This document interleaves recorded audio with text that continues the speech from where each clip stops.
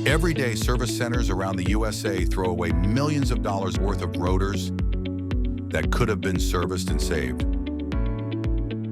It's a practice that negatively impacts their businesses, their customers, and the environment. We're traveling the country, quantifying this lost opportunity, beginning in our backyard. Lebanon, New Hampshire, a successful independent shop with 5 bays. The owner was game and sent 2 techs to help us grab rotors from their open dumpster. We found a total of 26 rotors, most pretty tough looking.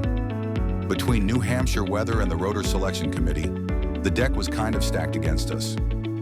But we brought them back to the shop, numbered them, photographed them, weighed and measured each. In total, 20 of the 26 rotors were machined and saved. Think about that.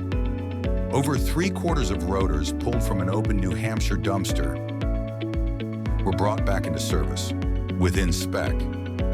A total of 328 pounds was kept out of the waste stream. Customers could have saved an estimated $2,200 to $3,100 depending on the brand of replacement rotors. At the same time, charging a nominal machining fee more than covers margin lost in not selling new rotors. And, this is important, the lower quotes to customers will greatly improve close rate and customer retention.